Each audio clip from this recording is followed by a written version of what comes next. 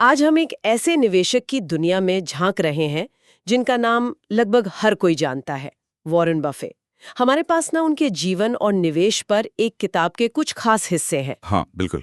और हमारा मकसद ये समझना कि कैसे मतलब सिर्फ $100 से शुरुआत करके उन्होंने अरबों का साम्राज्य खड़ा कर दिया। सही। इसके पीछे क्या राज है? ये सिर्फ नंबर्स की कहानी नहीं है ना? ये एक सोच की कहानी है। बिल्कुल, एक असाधारण सोच। तो चलिए शुरू करते हैं इस पर बात। हम्म। देखिए, फोर्ब्स 400 लिस्ट तो है, उसमें अरबपति आते हैं जाते हैं, लेकिन वॉरेन बफे वो सालों से टॉप 5 में बने हुए हैं। हाँ, ये बात तो है। काफी अनोखी बात है। और सबसे दिलचस्प शायद ये है कि उनकी दौलत शेयरों में निवेश से बनी है, मतलब कोई अपना प्रोडक्ट बेचकर या विरासत से नहीं। बिल्कुल, ये चीज उन्हें बहुत अलग बनाती है। 1956 में उन्होंने शुरुआत की थी, वो भी सिर्फ $100 से। हाँ, एक निवेश पार्टनरशिप। सिर्फ $100। हाँ, और 13 साल में वो $25 मिलियन बन गए। कमाल है।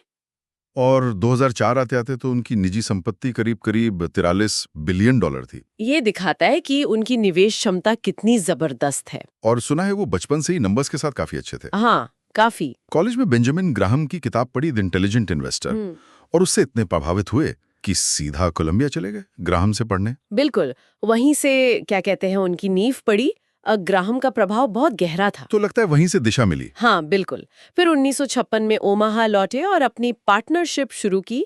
और मजे की बात देखिए, अगले 13 साल उनकी पार्टनरशिप ने औसतन सालाना 29.5% की चक्रवृद्धि दर से पैसा कमाया। 29.5%, वो भी चक्रवृद्धि? हाँ, चक्रवृद्धि मतलब आपकी कमाई पर भी कमाई। और ये तब हुआ जब डाउ जोन्स इंडेक्स, जो मार्केट का बड़ा पैमाना है, 5 बार गिरा था। अच्छा, तो बाजार नीचे जा रहा था और ये पैसा बना रहे थे। हाँ, उनकी पार्टनरशिप ने कभी एक साल भी नुकसान नहीं देखा। ये तो अविश्वसनीय लगता है। और वो अमेरिकन एक्सप्रेस वाला किस्सा 1963 का। हाँ, वो क्लासिक है। जब कंपनी मुश्किल में फंसी, शेयर $65 से गिरकर $35 पर आ गए। और बफे में पार्टनरशिप की 40% पूंजी लगा दी उसमें। $13 मिलियन, उस समय के हिसाब से बहुत बड़ी रकम। इतना बड़ा जोखिम। देखिए, जोखिम तो था, लेकिन ये अंधा जोखिम नहीं था। ये ग्राहम की सीख थी, कंपनी की असली कीमत पहचानो। उन्हें दिखा कि कंपनी फंडामेंटली मजबूत है, बस बाजार डरा हुआ है। अच्छा। और नतीजा, 2 साल लगे, शेयर तिगुने हो गए। वाह। पार्टनरशिप को सीधा $20 मिलियन का फायदा हुआ। यही है उनका तरीका, निश्चितताओं को छूट पर खरीदना, अच्छी कंपनियों को तब खरीदना जब वो सस्ती मिल रही हूं। तो 1969 में पार्टनरशिप खत्म की। हाँ। फिर क्या हुआ? फिर उन्होंने बर्कशायर हैथवे पर ध्यान लगाया। उस वक्त वो एक संघर्ष कर रही टेक्सटाइल कंपनी थी, नेटवर्थ करीब $22 मिलियन।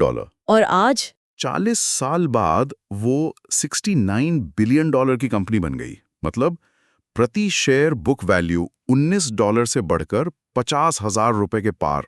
क्या आंकड़ा है! ये सालाना करीब 22.2% की चक्रवृद्धि बढ़त है। लेकिन हाँ, ये सफर एकदम सीधा नहीं रहा। हाँ, उतार चढ़ाव तो आए होंगे, जैसे वो 1999 वाला साल। बिल्कुल, जब टेक बूम था, S&P 500 इंडेक्स 21% ऊपर गया। और बर्कशायर सिर्फ 0.5%। क्योंकि बफे उन टेक स्टॉक्स में पैसा नहीं लगा रहे थे। क्यों? क्योंकि वो उनके सर्कल ऑफ कॉम्पिटेंस में नहीं आते थे। हाँ, ये उनका मशहूर सिद्धांत है, मतलब उन्हीं चीजों में निवेश करो जिन्हें आप अच्छी तरह समझते हो। सही कहा। वो कहते हैं आपको सब कुछ जानने की जरूरत नहीं है, बस ये पता होना चाहिए कि आप क्या नहीं जानते हैं। हाँ, उनका व्यक्तित्व भी देखिए, एकदम सीधा, स्पष्ट। हाँ, उनकी वार्षिक रिपोर्ट्स भी काफी मशहूर हैं। कोई फालतू बातें नहीं, सिर्फ जानकारी, ईमानदारी। वो मानते हैं कि शेयर मालिक हैं, उन्हें सब पता होना चाहिए। अच्छा, तो फिर हाल के सालों में, मतलब लेट 90s अर्ली 2000s के आसपास, वो बाजार में इतने सक्रिय क्यों नहीं दिखे? इसके शायद 2 कारण हो सकते हैं।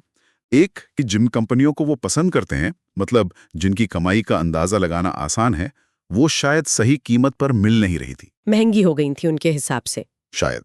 और दूसरा ये भी हो सकता है कि उनकी प्राथमिकता बदल गई हो। अब वो शेयरों में निवेश करने से ज्यादा पूरी की पूरी कंपनियां खरीदने पर फोकस करते हैं। वो खुद कहते हैं कि बर्कशायर की पहली पसंद वही है। अच्छा, तो फिर हम जैसे आम निवेशकों के लिए इसका क्या मतलब है? क्या हमें भी बाजार से दूरी बना लेनी चाहिए? देखिए, बफे के हिसाब से 2 रास्ते हो सकते हैं। एक तो ये कि आप सीधे बर्कशायर हैथवे में निवेश कर दें, मतलब बफे और उनकी टीम पर भरोसा करें। हाँ, उनके जरिए उन कंपनियों के मालिक बने जो उन्होंने चुनी है, या फिर दूसरा रास्ता है कि आप बफे के सिद्धांत खुद अपनाएं। जैसे? अपना ज्ञान का दायरा, वो सर्कल ऑफ कॉम्पिटेंस, उसे बढ़ाएं। नई अर्थव्यवस्था की कंपनियों को समझें और फिर उन सिद्धांतों पर निवेश करें। ये मेहनत का काम है। बिल्कुल, इसमें ज्यादा मेहनत है पर यह संभव है। तो अगर हम सार देखें तो वॉरेन बफे की सफलता सिर्फ स्मार्ट होने की कहानी नहीं है।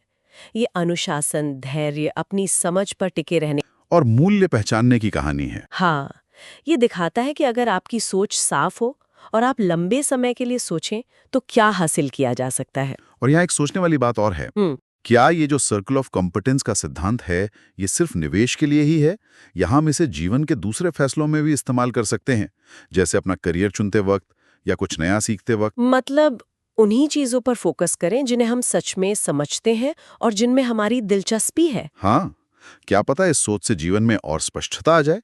इस पर जरूर सोचा जा सकता है।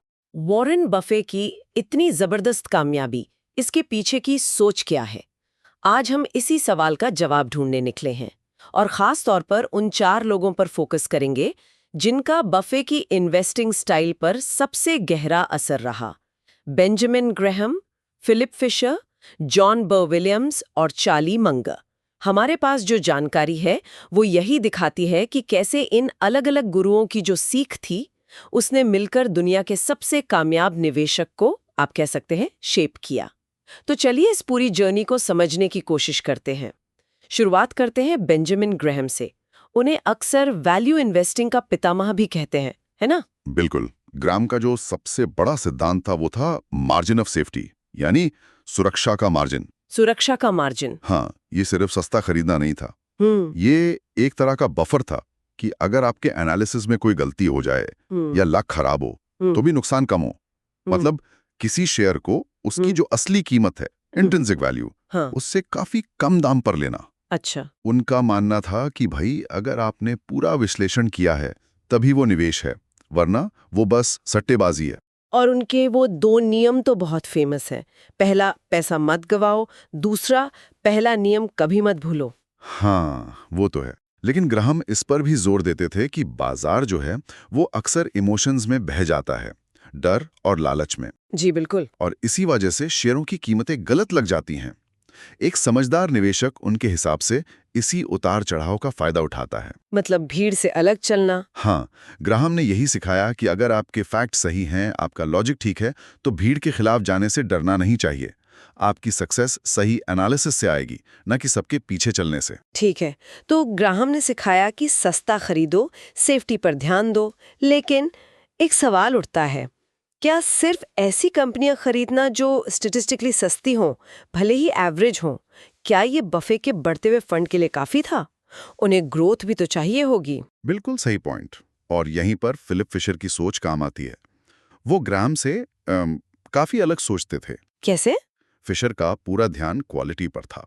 ऐसी कंपनियां ढूंढो जिनमें एवरेज से कहीं ज्यादा बढ़ने की जबरदस्त क्षमता हो और जिनका मैनेजमेंट कमाल का हो, असाधारण। अच्छा, क्वालिटी और ग्रोथ। जी, और इसके लिए उनका एक खास तरीका था, स्कटलबट। स्कटलबट, ये क्या है? स्कटलबट मतलब कंपनी के बारे में हर मुमकिन सोर्स से जानकारी जुटाना, उनके ग्राहकों से बात करना, सप्लायर्स से, पुराने कर्मचारियों से, यहाँ तक कि उनके कॉम्पिटिटर से भी। अरे ये तो जासूसी जैसा लग रहा है। हाँ, एक तरह से कह सकते हैं, लेकिन मकसद था कंपनी की असलियत जानना, ग्राउंड रियलिटी समझना। अच्छा। फिशर कहते थे कि कुछ गिनी चुनी बेहतरीन कंपनियों में पैसा लगाना हजारों एवरेज कंपनियों में पैसा लगाने से कहीं बेहतर है।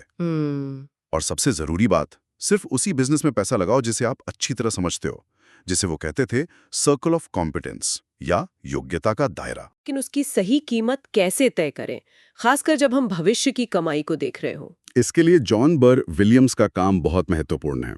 उनकी किताब थी the theory of investment value. उसमें उन्होंने एसेंशियली डिस्काउंटेड कैश फ्लो यानी DCF का सिद्धांत दिया। DCF मतलब भविष्य में जो कैश फ्लो मिलेगा उसकी आज की वैल्यू निकालना? एकदम सही। किसी भी निवेश की आज की कीमत उसके पूरे जीवन काल में मिलने वाले सारे कैश फ्लोज की आज की वैल्यू के बराबर है। अच्छा।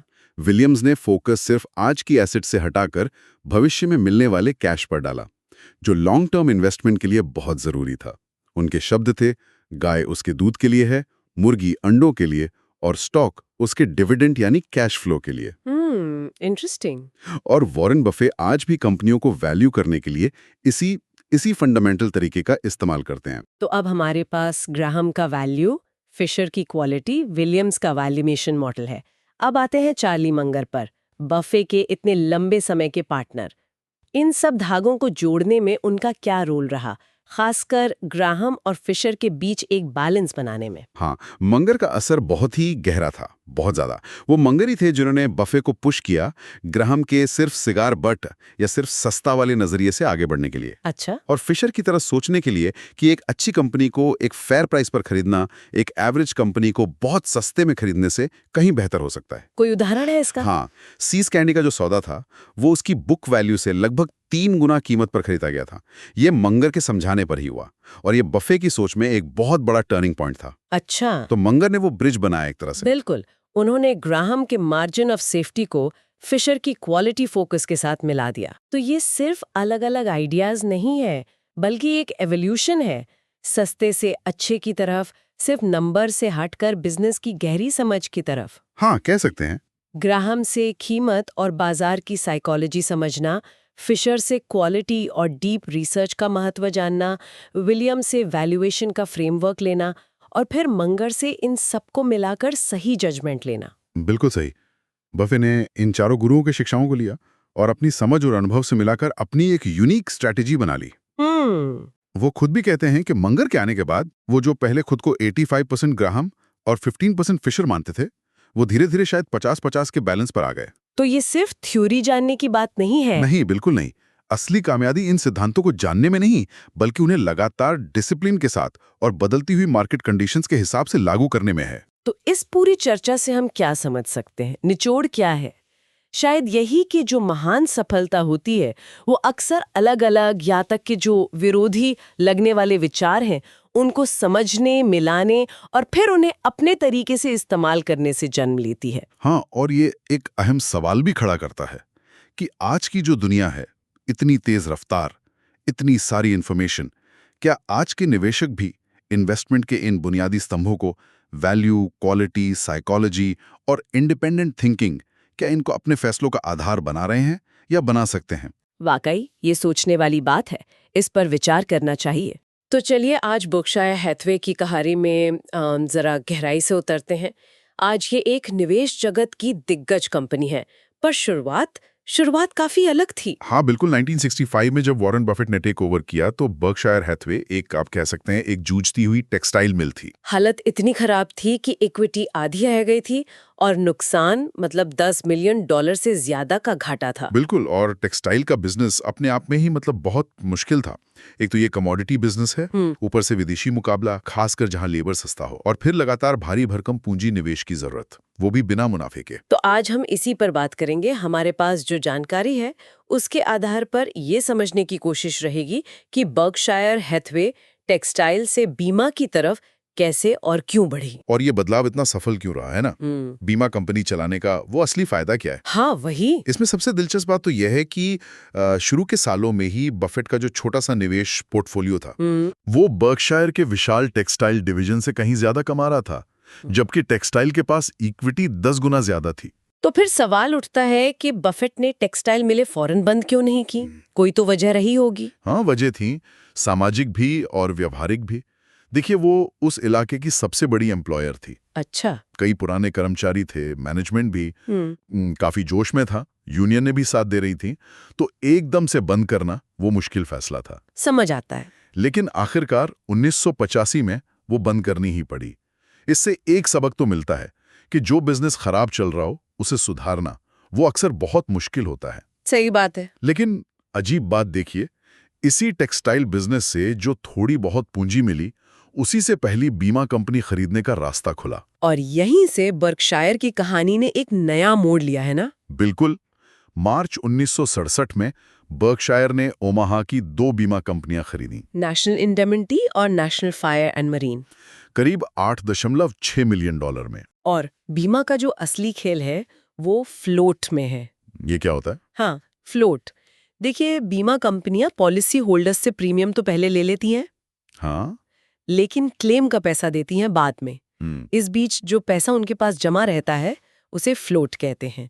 और कंपनियां इस पैसे को इन्वेस्ट कर सकती हैं। अच्छा, तो बफेट जैसे निवेशक के लिए तो ये सोने की खान। बिल्कुल। और शुरुआती नतीजे भी अच्छे रहे।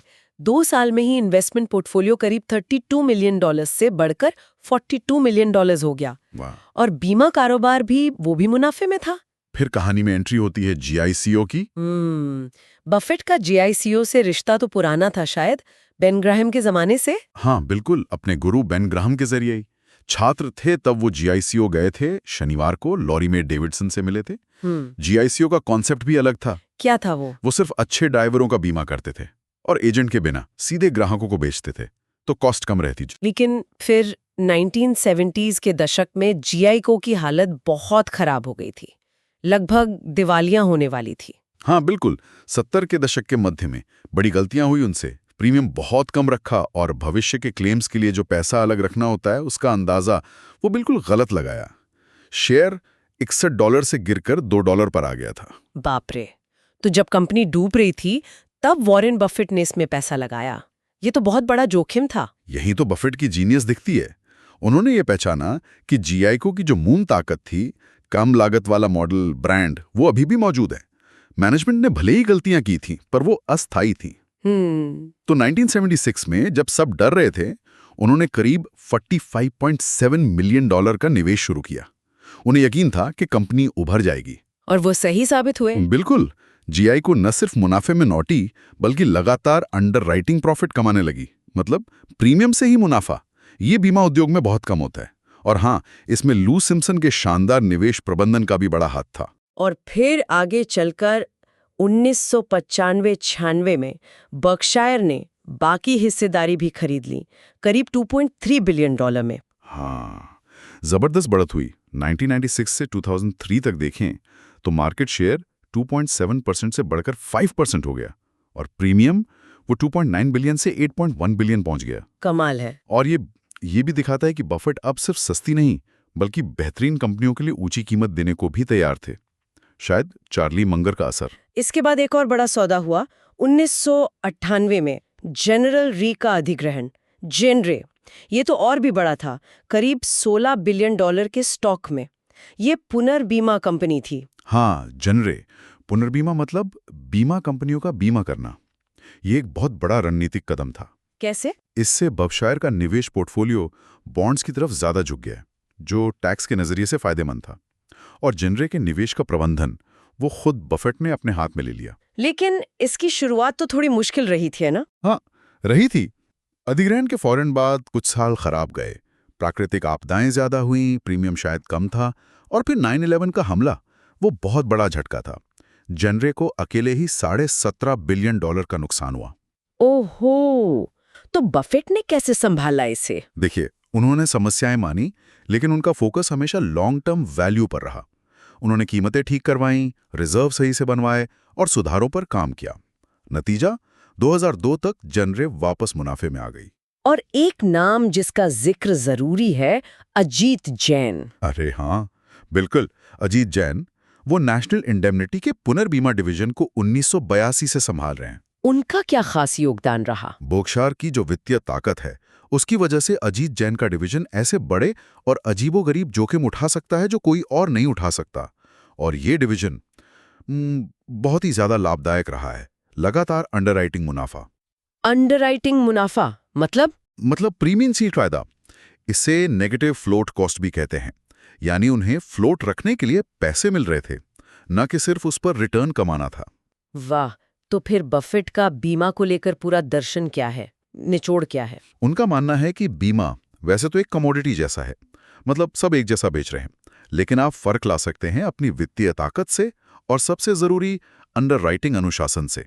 अनुशासन मतलब सिर्फ तभी पॉलिसी लिखो जब कीमत सही लगे, जब प्रीमियम जोखिम के हिसाब से ठीक हो। उनका एक मशहूर कथन है, आप हमेशा बेवकूफ़ी भरी बीमा पॉलिसियां लिख सकते हैं, पर बर्कशायर वो नहीं करती। कीमत पर मुकाबला नहीं करना। अच्छा, गुणवत्ता पर फोकस। हाँ, इसी अनुशासन और ईमानदारी ने बर्कशायर को बीमा में एक बहुत मजबूत पहचान दी है, एक फ्रेंचाइजी बना दिया है। तभी बफेट कहते हैं, हमारा मुख्य व्यवसाय बीमा है सोचिए 2003 तक बीमा से पैदा हुआ फ्लोट करीब 44.2 बिलियन डॉलर था। तो संक्षेप में ये कह सकते हैं कि बर्कशायर हैथवे का सफर एक संघर्ष करती टेक्सटाइल मिल से एक बीमा की दिग्गज कंपनी बनने तक का है। बिल्कुल। और ये हुआ रणनीतिक अधिग्रहण, फ्लोट की ताकत के सही इस्तेमाल और सबसे बढ़कर कड़े अनुशासन के दम पर। GICO और जेनरे जैसे सौदे मील के पत्थर थे। बिल्कुल।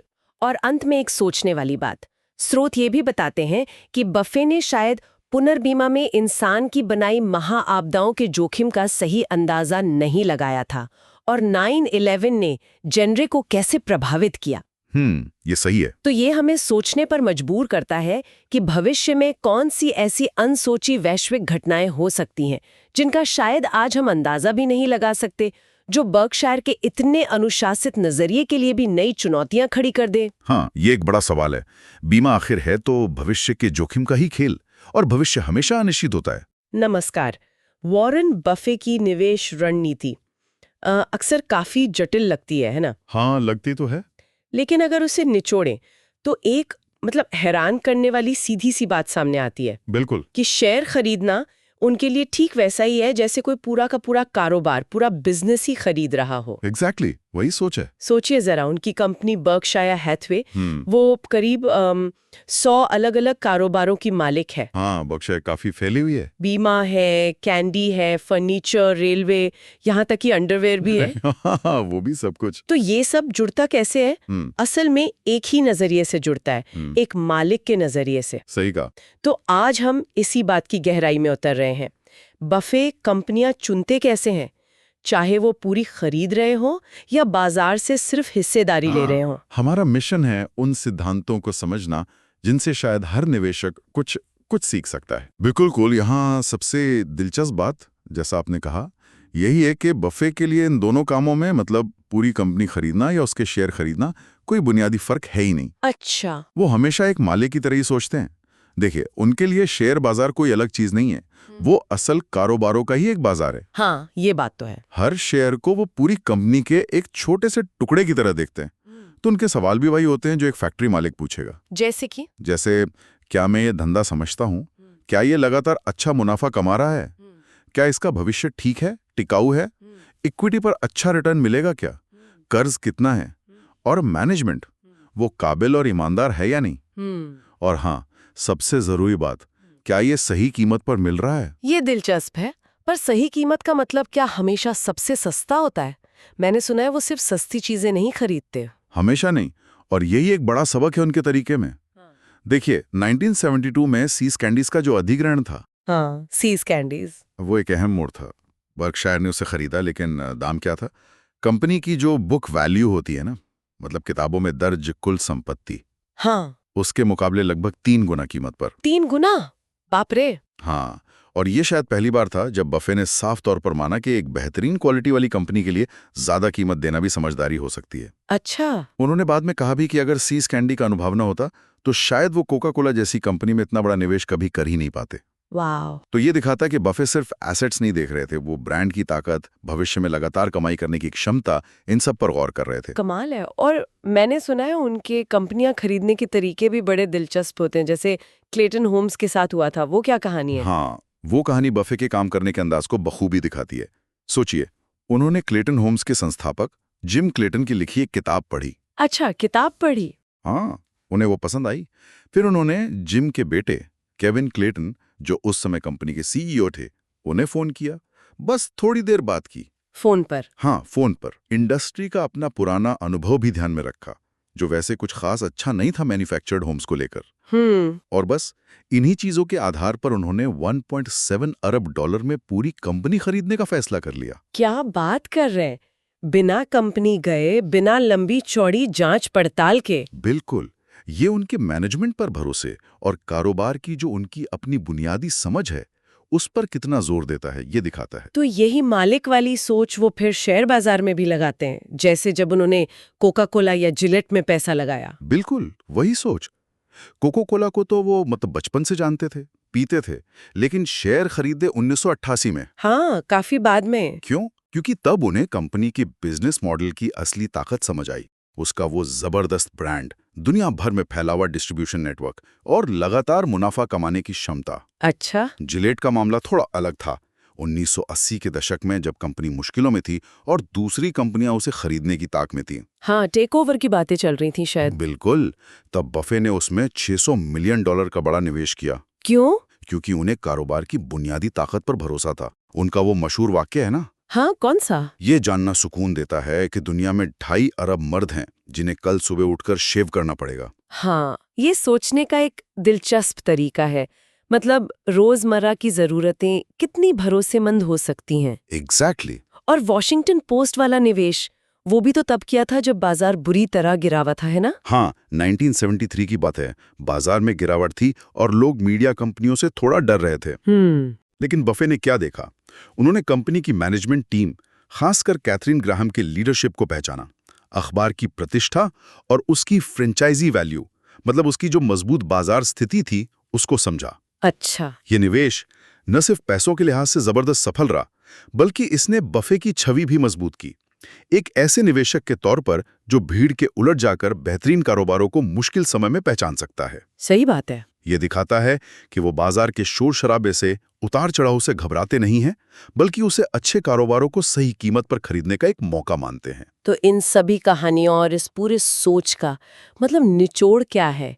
एक निवेशक के लिए सबसे बड़ा सबक क्या निकलता है इससे? निचोड़ बिल्कुल साफ है। जैसा बफे खुद कहते हैं, मैं कारोबार खरीदता हूं, स्टॉक नहीं। और उनके गुरु बेंजामिन ग्राहम ने कहा था, निवेश सबसे ज्यादा समझदारी भरा तब होता है जब वो सबसे ज्यादा बिजनेस जैसा लगे। बिजनेस जैसा? हाँ, बफे के लिए निवेशक होना उन्हें बेहतर कारोबारी बनाता है, और एक कारोबारी होना उन्हें बेहतर निवेशक। ये दोनों भूमिकाएं एक दूसरे को मजबूत करती हैं। अच्छा, ये कनेक्शन दिलचस्प है। बिल्कुल। ये जो मालिक वाला नजरिया है ना, यही उनकी लगातार सफलता के केंद्र में है। तो चाहे आप पूरी कंपनी खरीदें या उसका एक छोटा सा हिस्सा, मतलब कि शेयर, वॉरेन बफे का मूल मंत्र लगता है यही है, पहले कारोबार को गहराई से समझो। हाँ, समझो। उसके मैनेजमेंट पर भरोसा करो। बिल्कुल। और फिर लंबी अवधि के लिए उसके मालिक बनकर बैठ जाओ, धैर्य रखो। एकदम सही। और अंत में सोचने के लिए एक सवाल छोड़ जाते हैं। बफे हमेशा कहते हैं कि वो ऐसे कारोबार ढूंढते हैं जो सरल और समझने लायक हों। हाँ, सिंपल बिजनेस। आज की इस बेहद तेजी से बदलती दुनिया में, जटिल टेक्नोलॉजी वाली दुनिया में, क्या ये सिद्धांत निवेश के लिए सबसे बड़ी चुनौती बन गया है? या शायद ये सबसे बड़ा अवसर है। अवसर कैसे? तो ये हमें मजबूर करता है कि हम चमक दमक और जो बाहरी शोर शराबा है उससे परे जाकर कारोबार की असली बुनियादी बातों पर ध्यान केंद्रित करें। शायद यही सबसे जरूरी है आज भी। नमस्कार और स्वागत है। आज हम बात करने वाले हैं निवेश की दुनिया के एक बहुत बड़े नाम वॉरेन बफे के बारे में। खास तौर पर उनके निवेश के पीछे जो सोचने का तरीका है, उनके जो मूल सिद्धांत है, उन पर। हमारे पास जो जानकारी है वो उनके बिजनेस टेनेट्स पर फोकस करती है। मतलब किसी कारोबार को वो कैसे परखते हैं। ये सिर्फ शेयर बाजार के उतार चढ़ाव की बात नहीं है, बल्कि कंपनी के असली बिजनेस को समझने की बात है। तो आज हम क्या समझने की कोशिश कर रहे हैं? हम बफे के वो खास पैमाने देखना चाहते हैं जिनसे वो किसी बिजनेस की, आप कह सकते हैं, बुनियादी क्वालिटी को आंकते हैं। इसमें देखिए 3 मुख्य बातें हैं। पहला, क्या बिजनेस सीधा साधा है, समझने लायक है। दूसरा, क्या उसका पुराना रिकॉर्ड, मतलब कामकाज का इतिहास, लगातार बढ़िया रहा है। और तीसरा, क्या लंबे समय में उसकी ग्रोथ की, उसकी सफलता की उम्मीद है। तो चलिए इन्हीं बातों को थोड़ा और गहराई से समझते हैं। तो पहला सिद्धांत, जो शायद सबसे जरूरी भी है, बिजनेस सरल हो और आपकी समझ में आए। यहीं पर बफे का वो मशहूर सर्कल ऑफ कॉम्पिटेंस वाला विचार आता है, सक्षमता का दायरा। हाँ, बिल्कुल। सुनने में तो ये आसान लगता है, पर असल में ये खुद को बहकने से बचाने का तरीका है। हाँ। बफे खुद कहते हैं कि अपने सक्षमता के दायरे में निवेश करें। ये जरूरी नहीं कि वो दायरा कितना बड़ा है, जरूरी ये है कि आप उसकी हदें, उसकी सीमाएं कितनी अच्छी तरह जानते हैं। सही बात है। मतलब सीधी सी बात है, अगर कोई इंडस्ट्री आपको समझ ही नहीं आती तो उससे दूर रहें, भले वो कितनी भी आकर्षक क्यों न लग रही हो उस वक्त। हाँ बिल्कुल। बड़ी गलतियों से बचने का एक सीधा रास्ता है। और देखिए, ये समझ सिर्फ ऊपरी नहीं होनी चाहिए। बफे वाकई में गहराई तक जाते हैं। कंपनी पैसा कैसे कमा रही है, उसके खर्चे क्या हैं, कैश फ्लो किधर जा रहा है। हाँ। जैसे उदाहरण के लिए बेंजामिन मूर पेंट्स का बिजनेस मॉडल ले लीजिए, या फिर कोका कोला का। हाँ। उनका क्या है, कॉन्सेंट्रेट बनाते हैं, फिर वो बॉटलर्स को बेचते हैं और बॉटलर्स आगे दुकानों तक पहुंचाते हैं। काफी सीधा है। बिल्कुल, समझने लायक मॉडल है ये। इनमें कोई ऐसी छुपी हुई जटिल चीज नहीं है जो बाद में मुश्किल खड़ी कर दे। यही समझ आपको गलत दांव लगाने से बचाती है। अच्छा, तो मान लीजिए बिजनेस समझ आ गया, इसके बाद बफे क्या दिखते हैं? वो है कंपनी का लगातार अच्छा प्रदर्शन करने का इतिहास, कंसिस्टेंट ऑपरेटिंग हिस्ट्री। हाँ, बफे उन कंपनियों को ज्यादा पसंद करते हैं जो लंबे समय से बिना कोई बड़े उतार चढ़ाव के अच्छा काम करती आ रही हैं, और वो उन कंपनियों से बचते हैं जो कह लीजिए किसी बड़े बदलाव के दौर से गुजर रही हों या मुश्किल में फंसी हों। उनका मानना है कि गंभीर किस्म के बदलाव और बहुत ज्यादा रिटर्न, ये दोनों चीजें आमतौर पर साथ साथ नहीं चलती। दिलचस्प है। हाँ, और वो ये भी कहते हैं कि वो तो बदलाव की कमी से फायदा कमाने पर ध्यान देते हैं। मतलब स्थिरता में ही अवसर देखते हैं। बिल्कुल, और ये भी कि टर्न अराउंड यानी मुश्किल से उभरने वाली कंपनियां बहुत कम ही कामयाब होती हैं। सही कहा। और ये जो स्थिरता है, ये सिर्फ पीछे देखने की बात नहीं है, ये आपको भविष्य का अंदाजा लगाने में भी मदद करती है ना? हाँ, किसी मुश्किल में फंसी कंपनी के उभरने पर पैसा लगाना, मतलब टर्न अराउंड पर दांव लगाना, उसमें जोखिम ज्यादा है। उसके बजाय अगर कोई कंपनी, जैसे आपने कहा कोका कोला, 120 साल से ज्यादा से वही अपना मूल उत्पाद बेच रही है, या जिलेट, जिसने दशकों तक अपने बाजार पर कब्जा जमाए रखा। हाँ, तो ये एक तरह की विश्वसनीयता देता है, भरोसा देता है। क्लेटन होम्स का भी उदाहरण है। मैन्युफैक्चर्ड हाउसिंग का उद्योग काफी उथल-पुथल वाला रहा है, पर उस कंपनी ने लगातार मुनाफा कमाया। तो ये स्थिरता की ताकत है। बिल्कुल। और फिर आता है तीसरा सिद्धांत कि कंपनी की लंबे समय की संभावनाएं अच्छी हों, अनुकूल हों। यहाँ बफे एक बहुत जरूरी फर्क बताते हैं फ्रैंचाइजी और कमोडिटी बिजनेस के बीच। हाँ, ये बहुत महत्वपूर्ण है। एक फ्रैंचाइजी बिजनेस वो होता है जिसके उत्पाद या सेवा की लोगों को जरूरत हो, या कम से कम मजबूत इच्छा हो, जिसका कोई बहुत करीबी विकल्प आसानी से ना मिले, और जिस पर सरकारी नियम कानूनों की बहुत ज्यादा बंदिशें ना हो।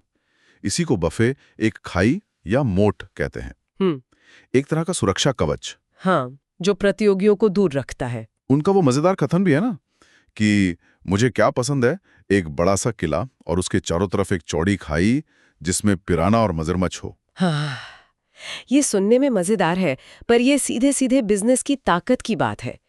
ऐसी जो फ्रैंचाइजी कंपनियां होती हैं, उनके पास दाम बढ़ाने की ताकत होती है। अच्छा, तो वो महंगाई हो या अर्थव्यवस्था में मंदी, उसका सामना बेहतर तरीके से कर पाती हैं। दूसरी तरफ होती है कमोडिटी बिजनेस, जैसे गेहूं है या स्टील है, जहां एक कंपनी का उत्पाद दूसरे से कुछ खास अलग नहीं होता।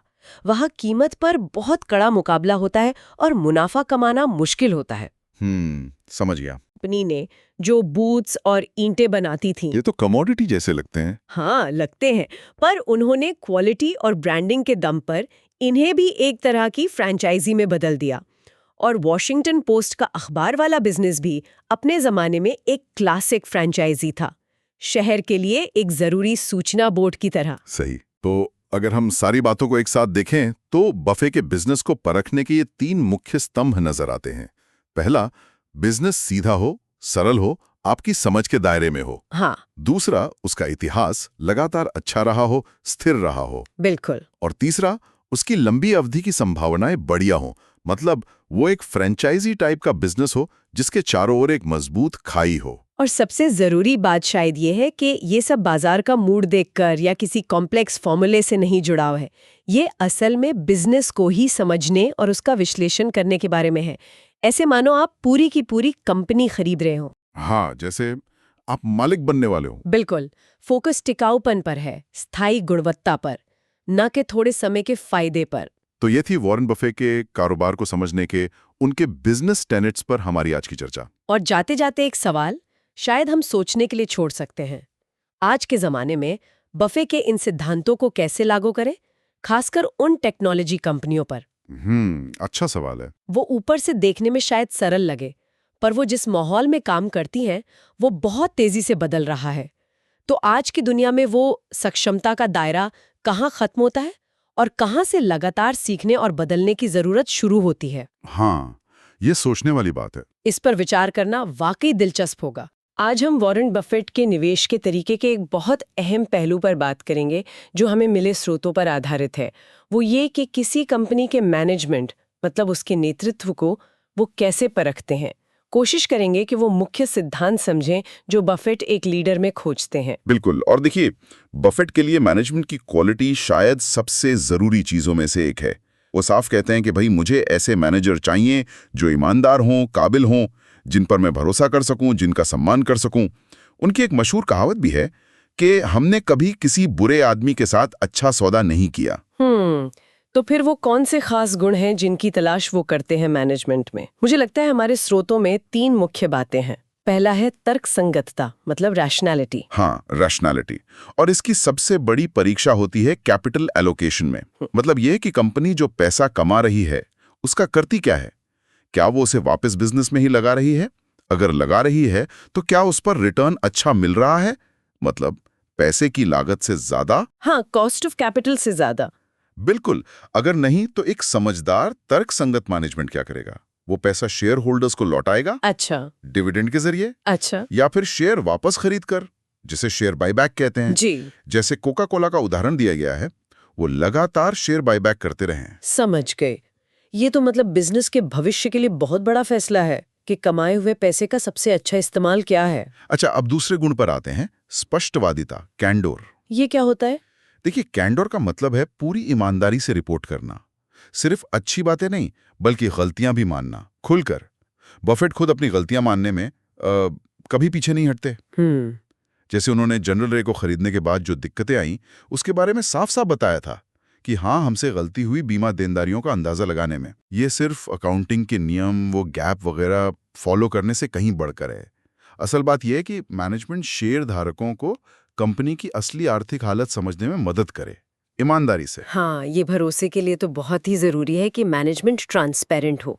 अच्छा, तीसरा गुण, ये सुनने में बड़ा दिलचस्प है, संस्थागत अनिवार्यता का प्रतिरोध, रेजिस्टिंग द इंस्टीट्यूशनल इम्पेरेटिव।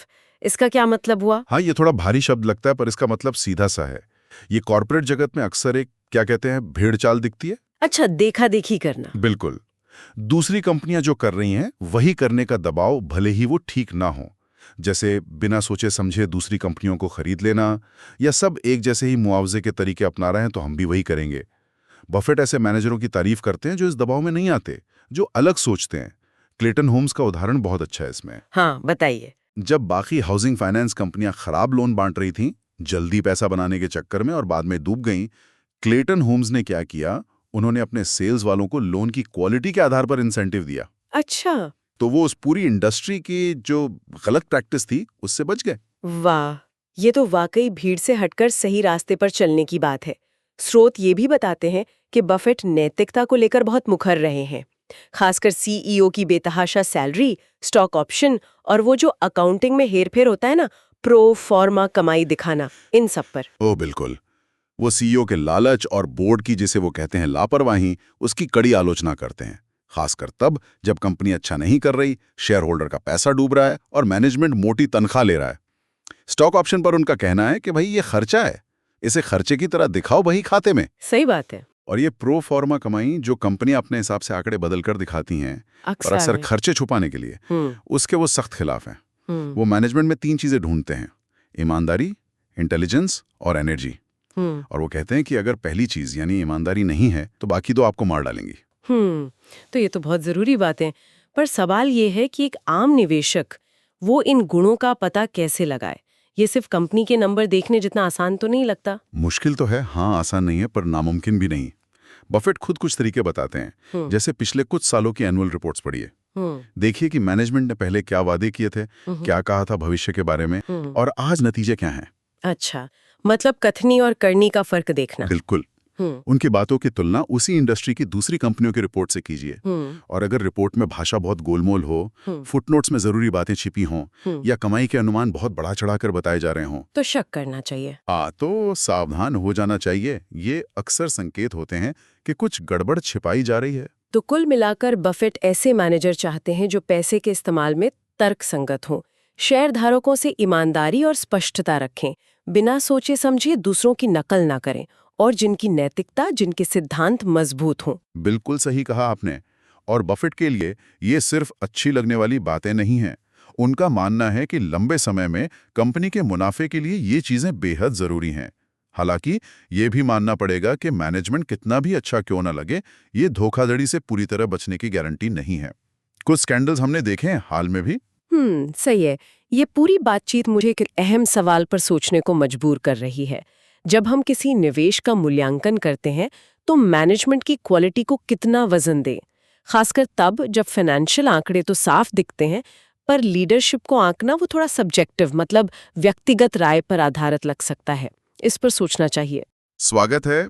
आज हम वॉरेन बफे की निवेश रणनीतियों पर गहराई से बात करने वाले हैं।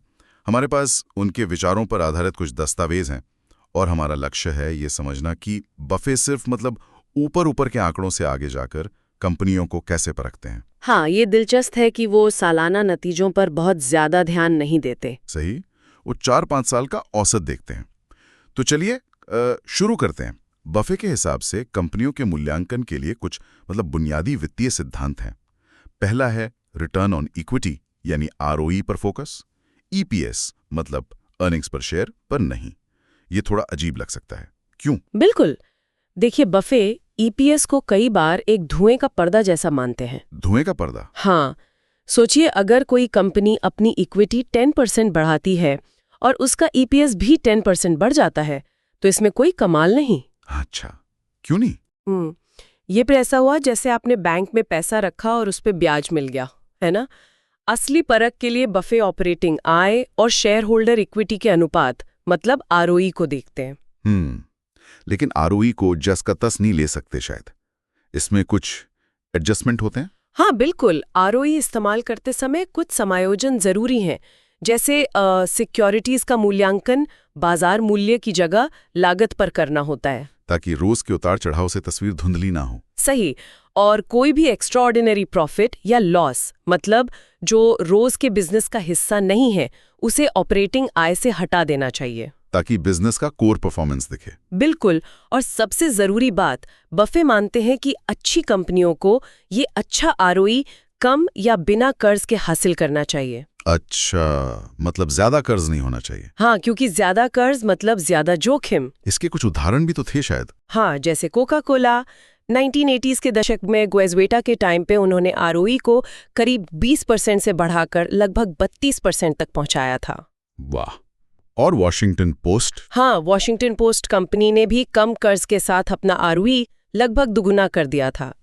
ये असली ताकत दिखाता है कंपनी की। ये वाकई दमदार है। अच्छा, अब आते हैं अगले सिद्धांत पर, और यहां मुझे लगता है बात और दिलचस्प हो जाती है। वॉरेन बफे सिर्फ नेट इनकम या कैश फ्लो पर नहीं रुकते, वो ओनर अर्निंग्स यानी मालिक की कमाई की बात करते हैं। ये क्या चीज है? हाँ, ये समझना बहुत जरूरी है। देखिए, जो ट्रेडिशनल कैश फ्लो की गणना होती है, नेट इनकम प्लस डिप्रिसिएशन वगैरह, हाँ वो, उसमें अक्सर एक बहुत जरूरी चीज नजरअंदाज हो जाती है, कैपिटल एक्सपेंडिचर, मतलब बिजनेस को चालू रखने और बढ़ाने के लिए जो पैसा लगाना पड़ता है। अच्छा। बफे ओनर अर्निंग्स का इस्तेमाल करते हैं। इसका फॉर्मूला है net income plus depreciation amortisation minus capital expenditure, और साथ में जरूरी वर्किंग कैपिटल में जो बढ़ोतरी हुई वो भी घटानी है। ओ, तो ये काफी डिटेल्ड है। हाँ, अब देखिए, भविष्य के कैपिटल एक्सपेंडिचर का अनुमान लगाना मुश्किल हो सकता है, तो ये एकदम सटीक विज्ञान नहीं है, लेकिन ये कंपनी के वास्तविक आर्थिक मूल्य का कैश फ्लो से कहीं बेहतर अंदाजा देता है। मतलब मालिकों के हाथ में असल में कितना पैसा आ रहा है वो दिखाता है। बिल्कुल।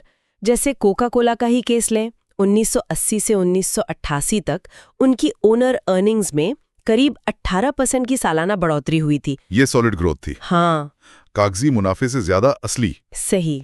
ठीक है। तीसरा सिद्धांत, ऐसी कंपनियां जिनके प्रॉफिट मार्जिन ऊंचे हों। बफे उन मैनेजर्स को पसंद करते हैं जो लगातार लागत पर ध्यान देते हैं। हाँ, ना कि सिर्फ तब जब कोई मुसीबत आ जाए और रीस्ट्रक्चरिंग करनी पड़े। मतलब ये रोजमर्रा की आदत होनी चाहिए। बिल्कुल। उनका मानना है कि बेहतरीन प्रबंधक लागतों को वैसे ही कंट्रोल में रखते हैं जैसे वो सांस लेते हैं। ये उनके काम करने के तरीके का हिस्सा होता है। ये नहीं कि बस कोई खास कॉस्ट कटिंग अभियान चलाना पड़े। हाँ, जो कंपनियां बार बार ऐसे अभियान चलाती हैं, बफे उनसे सावधान रहने को कहते हैं। इसका मतलब है कि उनमें लागत नियंत्रण का कल्चर ही नहीं है। बर्कशायर हैथवे खुद इसका एक बढ़िया उदाहरण है। उनका कॉर्पोरेट ओवरहेड बहुत कम है। शेयर होल्डर्स का पैसा बचता है। हाँ, पैम्पर्ड शेफ का भी उदाहरण था, जिसने बिना कर्ज के 25% से ज्यादा का प्री टैक्स मार्जिन हासिल किया। और वॉशिंगटन पोस्ट ने भी मार्जिन सुधारे थे ना? यूनियनों से सख्ती करके और लागत घटाकर। सही कहा, उन्होंने काफी सुधार किया था। और चौथा, और ये भी बहुत महत्वपूर्ण सिद्धांत है, जिसे बफे $1 का सिद्धांत कहते हैं। ये क्या है? ये एक बहुत फंडामेंटल सवाल पूछता है। क्या सवाल ये है, क्या कंपनी अपने द्वारा रोके गए मुनाफे यानी रिटेन्ड अर्निंग्स हाँ, कि हर $1 के बदले बाजार में कम से कम $1 की वैल्यू बना रही है? मतलब अगर कंपनी ने ₹1 कमाकर बिजनेस में वापस लगाया, हाँ। तो क्या उससे कंपनी की मार्केट वैल्यू कम से कम ₹1 बढ़ी? बिल्कुल। अगर मैनेजमेंट काबिल है और कंपनी के लॉन्ग टर्म प्रोस्पेक्ट्स अच्छे हैं, तो समय के साथ रोका गया हर रुपया मार्केट वैल्यू में कम से कम ₹1 का इजाफा करना चाहिए। ये एक तरह का लिटमस टेस्ट हो गया मैनेजमेंट की काबिलियत का। सही कहा। ये दिखाता है कि मैनेजमेंट शेयर धारकों की पूंजी का सही इस्तेमाल कर रहा है या उसे यूं ही गंवा रहा है।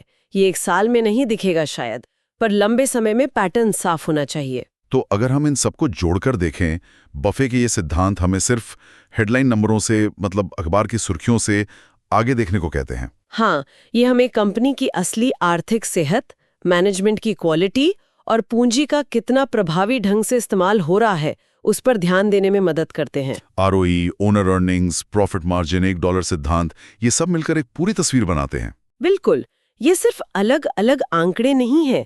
ROE असली मुनाफा क्षमता दिखाता है, ओनर अर्निंग्स सच्ची नकदी जो मालिक इस्तेमाल कर सकते हैं, हाई मार्जिन कुशल प्रबंधन का सबूत है, और $1 सिद्धांत पक्का करता है कि ग्रोथ से शेयर होल्डर्स को फायदा हो रहा है। और आज के माहौल में जहां अकाउंटिंग स्कैंडल्स की खबरें आती रहती हैं, हाँ, ये नजरिया और भी जरूरी हो जाता है।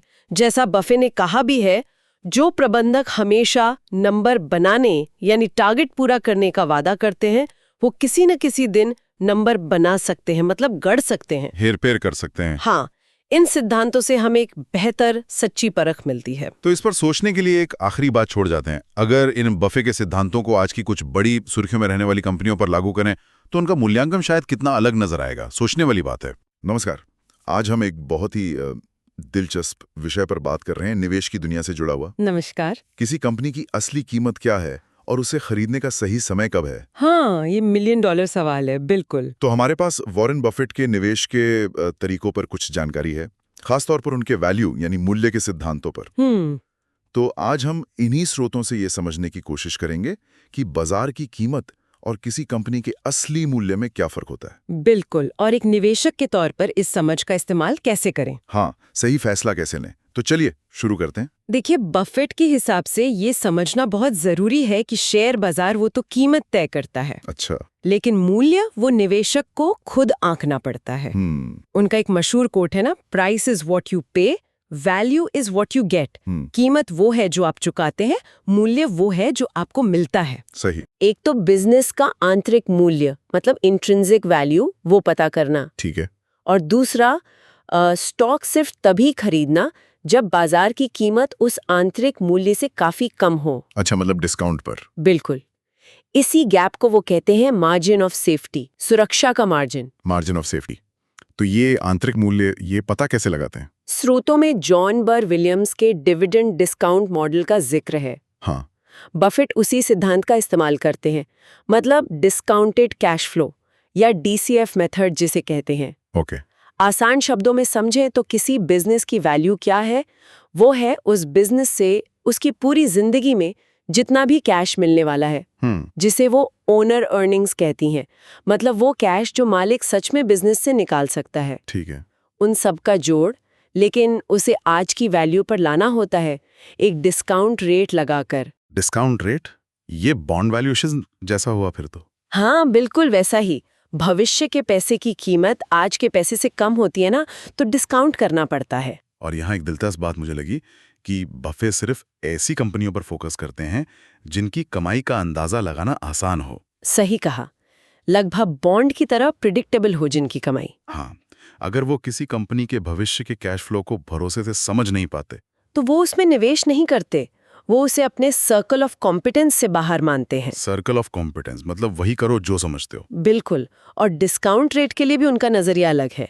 वो अक्सर जोखिम मुक्त दर, जैसे लंबी अवधि के सरकारी बॉन्ड की यील्ड, उसी को इस्तेमाल करते हैं। अच्छा, अलग से इक्विटी रिस्क प्रीमियम वगैरह नहीं जोड़ते? नहीं, उनका मानना है कि अगर बिजनेस का भविष्य काफी हद तक पक्का है तो ज्यादा रिस्क प्रीमियम क्यों? अनिश्चितता का सामना वो दो तरीकों से करती हैं। एक तो सिर्फ वही कंपनियां चुनना जिनकी कमाई समझ आती है।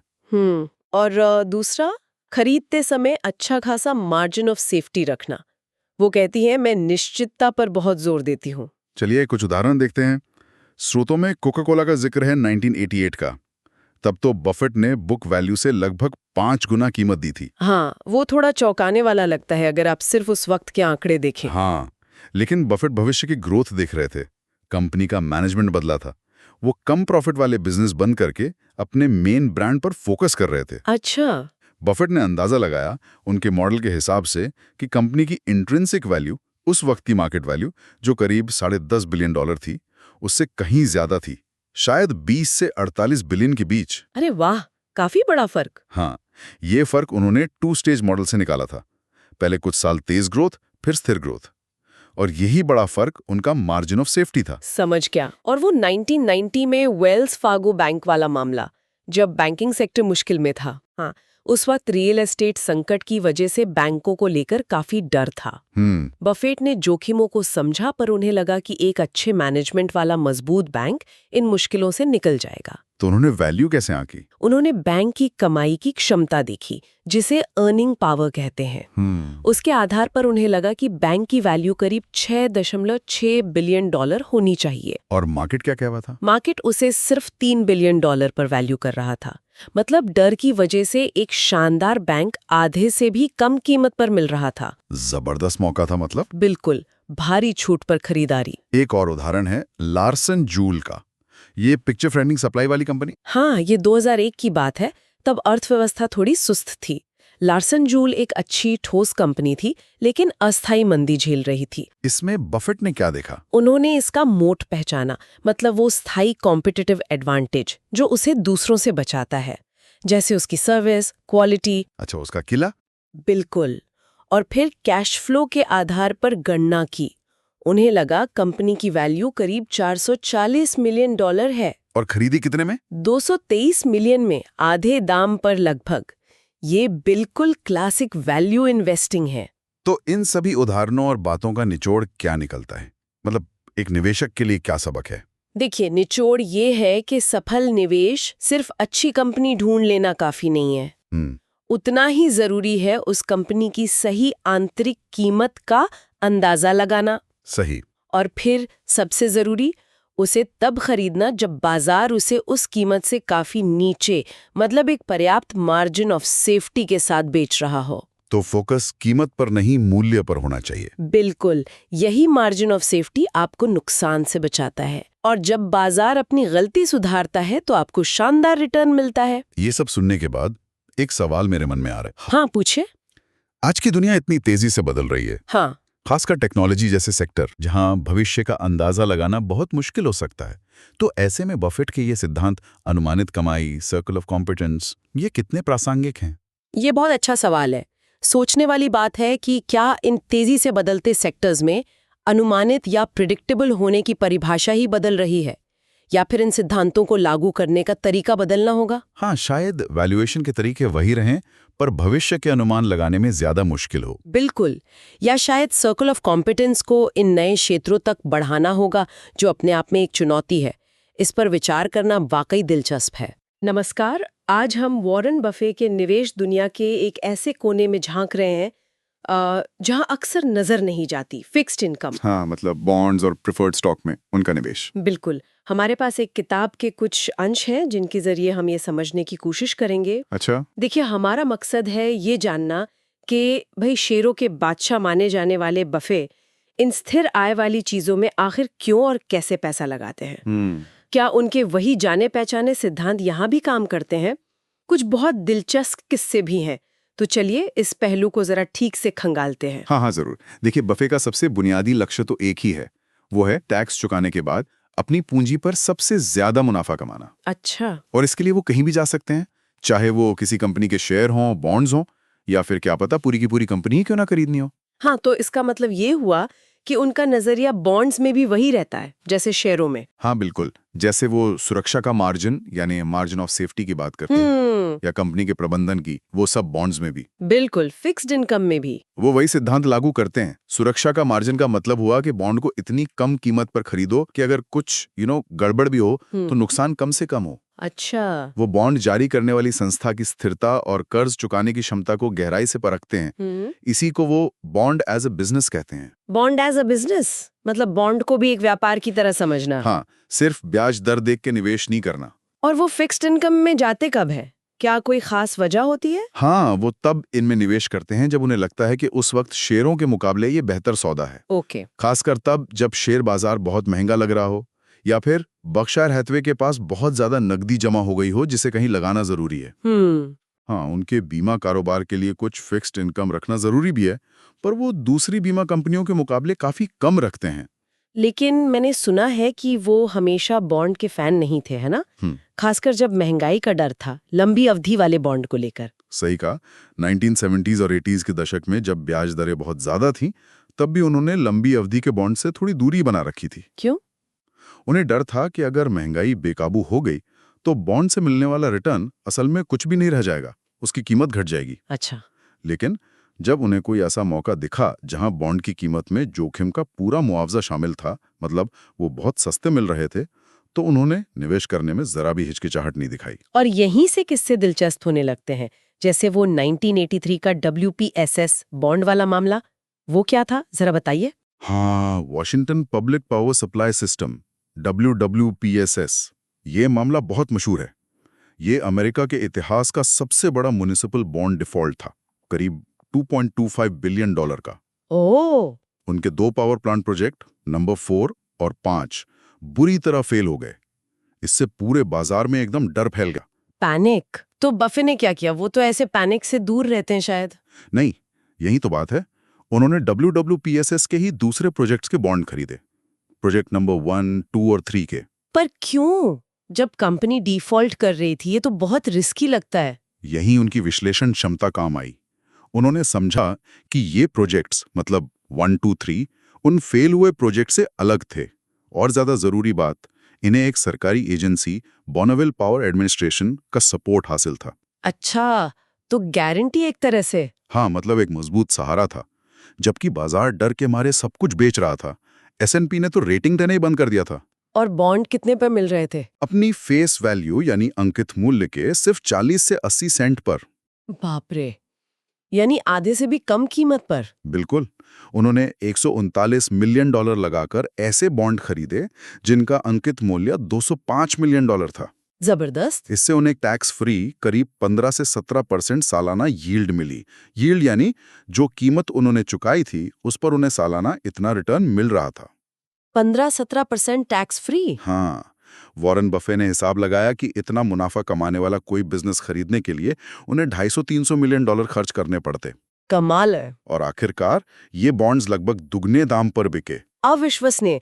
ये तो हुई सरकारी बॉन्ड की बात। क्या उन्होंने कॉर्पोरेट बॉन्ड्स, खासकर जंक बॉन्ड्स में भी हाथ आजमाया? मुझे RGR नबिस्को का कुछ याद आ रहा है। हाँ बिल्कुल। 1980 के दशक के आखिर में जब जंक बॉन्ड का बाजार बुरी तरह गिरा। जंक बॉन्ड यानी ज्यादा जोखिम वाले, ज्यादा ब्याज देने वाले कॉर्पोरेट बॉन्ड्स, राइट? हाँ वही। तो जब वो बाजार गिरा और कई कंपनियां कर्ज चुकाने में नाकाम हो रही थीं, तब बफे ने RGR नबिस्को के जंक बॉन्ड खरीदे। उस माहौल में? हाँ, बाजार डरा हुआ था, लेकिन बफे का मानना था कि RGR के उत्पाद जैसे उनकी सिगरेट और बिस्कुट इतने स्थिर और भरोसेमंद है कि कंपनी अपना कर्ज चुका ही लेगी।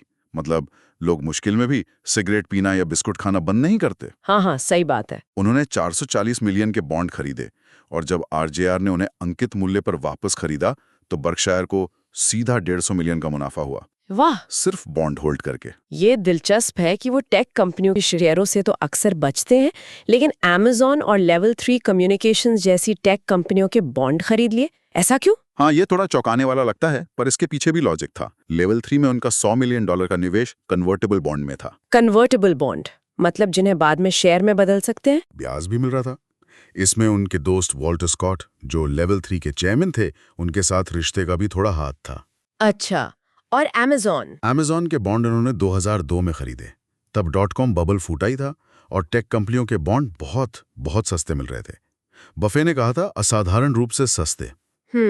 उन्हें कंपनी और जेफ बेजोस के मैनेजमेंट पर भरोसा था कि वो इस मुश्किल दौर से निकल जाएंगे, तो उन्होंने सस्ते बॉन्ड खरीद लिए। तो वहां भी वैल्यू नजर आ गई उनको। बिल्कुल। और बहुत संक्षेप में, आर्बिट्राज या कन्वर्टेबल प्रेफर्ड स्टॉक, क्या ये भी उनकी रणनीति का हिस्सा रहे? आर्बिट्राज मतलब अलग अलग बाजारों में कीमत के फर्क से पैसा कमाना। वो कभी कभी करते थे जब उनके पास फालतू नकदी होती थी, लेकिन सिर्फ बड़े और घोषित विलय अधिग्रहण सौदों में। ओके। बढ़त की गुंजाइश भी हो। मिड अमेरिकन एनर्जी इसका एक बड़ा उदाहरण है, हालांकि वो थोड़ा जटिल मामला है। तो आज की इस पूरी बातचीत का निचोड़ क्या निकलता है, सार क्या है? सार यह है कि वॉरेन बफेट सिर्फ शेयरों के निवेशक नहीं है, वो एक असल वैल्यू इन्वेस्टर हैं। हाँ। जो अपने मूल सिद्धांतों, सुरक्षा का मार्जिन, व्यापार की समझ, मैनेजमेंट की परख को हर तरह की संपत्ति पर लागू करते हैं, चाहे वो बॉन्ड हो, प्रेफर्ड स्टॉक हो या शेयर। वो बस मौके की तलाश में रहते हैं, जहां सबसे अच्छा सौदा मिले। बिल्कुल। और समय के साथ फिक्स्ड इनकम बर्कशायर के लिए काफी महत्वपूर्ण बन गया। एक समय पर तो उनके पोर्टफोलियो का लगभग 30% हिस्सा इन्हीं में था। 30%? ये तो काफी ज्यादा है। हाँ, उनकी कामयाबी का एक बड़ा राज ये भी है कि वो अक्सर बाजार की सोच, जो भेड़चाल होती है, उसके खिलाफ जाते हैं। जहां बाकी लोग सिर्फ जोखिम देखते हैं, वो वहां छिपी हुई कीमत, छुपी हुई वैल्यू खोज लेते हैं, जैसा हमने WPSS और RJR नबिस्को के मामलों में देखा। तो श्रोताओं के लिए एक विचार छोड़ जाते हैं, आज के माहौल में ऐसे कौन से क्षेत्र या कंपनियां हो सकती हैं जिन्हें बाजार ने किसी वजह से खराब या दागदार मान लिया है? लेकिन अगर बफे की तरह गहराई से परखा जाए तो शायद उनमें बाजार की सोच से परे एक बड़ा अवसर छिपा हो सकता है। सोचने वाली बात है। नमस्कार, आज हम एक बहुत अहम विषय पर बात करने वाले हैं, पोर्टफोलियो प्रबंधन। जी हाँ। ये सिर्फ बढ़िया स्टॉक चुन लेने की बात नहीं है, बल्कि अपने निवेश को समय के साथ संभालना कैसे है, ये समझना है। बिल्कुल। और आज हम इसे खास तौर पर वॉरेन बफे के नजरिए से देखेंगे। हाँ, हमने इसके लिए वॉरेन बफे की निवेश तकनीकों पर आधारित एक किताब के 10वें अध्याय से कुछ जानकारी ली है। तो क्या है हमारा मिशन आज? देखिए, हम पहले निवेश संभालने की 2 आम रणनीतियों को समझेंगे, एक्टिव मैनेजमेंट और इंडेक्स इन्वेस्टिंग। ठीक है। और फिर वॉरेन बफे का जो एक तीसरा काफी अलग और शक्तिशाली विकल्प है, फोकस्ड इन्वेस्टिंग, उस पर विस्तार से बात करेंगे। बढ़िया।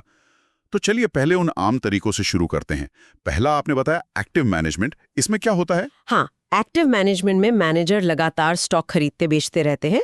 कोशिश ये रहती है कि किसी तरह मार्केट को बीट किया जाए, मतलब मार्केट से ज्यादा रिटर्न कमाया जाए। और सुनने में तो अच्छा लगता है, पर इसमें शायद दिक्कतें भी होंगी। हाँ, दिक्कतें हैं। एक तो मार्केट कब ऊपर जाएगा, कब नीचे, इसका सही अनुमान लगाना लगभग नामुमकिन सा है। सही बात है। और दूसरा, ये जो लगातार खरीद बिक्री होती है, इसमें ब्रोकरेज, टैक्स, मतलब लेन देन की लागत इतनी बढ़ जाती है कि अक्सर जो थोड़ा बहुत ज्यादा रिटर्न आता भी है, वो उसी में चला जाता है। तो ये महंगा सौदा हो सकता है। और दूसरा तरीका, इंडेक्स इन्वेस्टिंग। हाँ, इंडेक्स इन्वेस्टिंग एकदम उल्टा है। ये एक पैसिव तरीका है।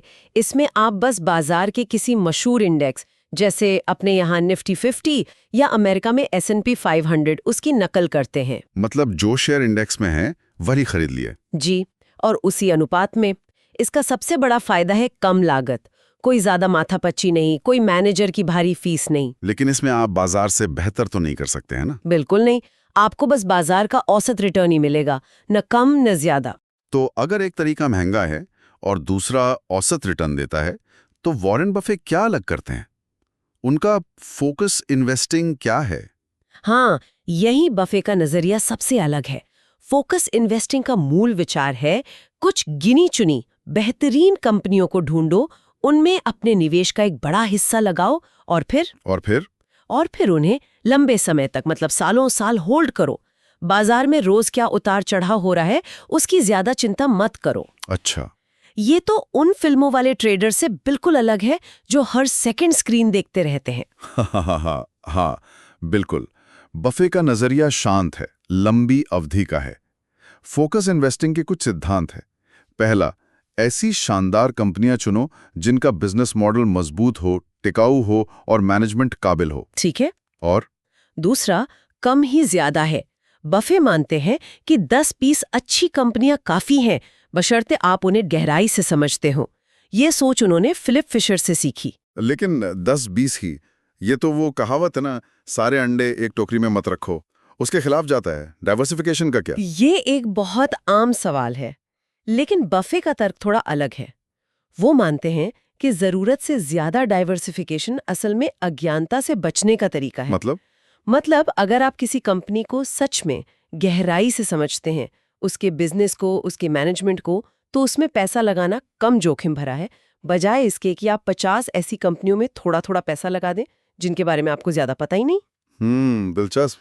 ज्ञान होने पर कंसंट्रेशन जोखिम कम कर सकता है, ज्यादा नहीं। एग्जैक्टली। और तीसरा सिद्धांत है, जब कोई वाकई शानदार मौका देखे तो डरो मत, बड़ा दांव लगाओ। बड़ा दांव? कितना बड़ा? बफे ने खुद एक बार अमेरिकन एक्सप्रेस में अपनी पार्टनरशिप की कुल संपत्ति का 40% लगा दिया था, जब उन्हें पक्का यकीन था। अरे बाप रे, 40% एक ही स्टॉक में? हाँ। और चौथा सिद्धांत है धैर्य। कम से कम 5-10 साल तक निवेश बनाए रखने का इरादा रखो, खरीद बिक्री कम करो, इसे लो टर्नओवर कहते हैं। और पांचवा? अस्थिरता यानी वॉलेटिलिटी से घबराओ मत। फोकस इन्वेस्टिंग में क्योंकि कम स्टॉक्स होते हैं तो उतार चढ़ाव ज्यादा महसूस हो सकता है। चार्ली मंगर कहते थे कि वो और बफे इसके लिए मानसिक रूप से तैयार रहते थे। आपने अस्थिरता की बात की, ये बात तो मॉडर्न पोर्टफोलियो थ्योरी यानी एमपीटी के बिल्कुल खिलाफ जाती है ना?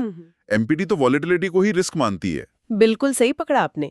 बफे एमपीटी की कई बातों से सहमत नहीं है। उनके लिए रिस्क का मतलब शेयर की कीमत का रोज ऊपर नीचे होना नहीं है। तो फिर क्या है रिस्क उनके लिए? उनके लिए रिस्क है बिजनेस में स्थायी रूप से पैसा गंवाने का खतरा। अगर किसी अच्छी कंपनी का शेयर भाव गिरता है तो वो उसे रिस्क नहीं बल्कि खरीदारी का मौका मानते हैं। अच्छा, और डाइवर्सिफिकेशन पर एमपीटी का जोर रहता है? हाँ, और जैसा हमने कहा, बफे मानते हैं कि जरूरत से ज्यादा डाइवर्सिफिकेशन बस तब ठीक है जब आप कंपनियों को जानते नहीं। अगर जानते हैं तो कॉन्सेंट्रेशन बेहतर है। ये पूरी तरह से पारंपरिक सोच को चुनौती देता है। और एमपीटी का एक और पिलर है कुशल बाजार सिद्धांत, एफिशिएंट मार्केट थियरी, कि मार्केट में सारी जानकारी कीमत में शामिल होती है। हाँ, बफे उसे भी नहीं मानते।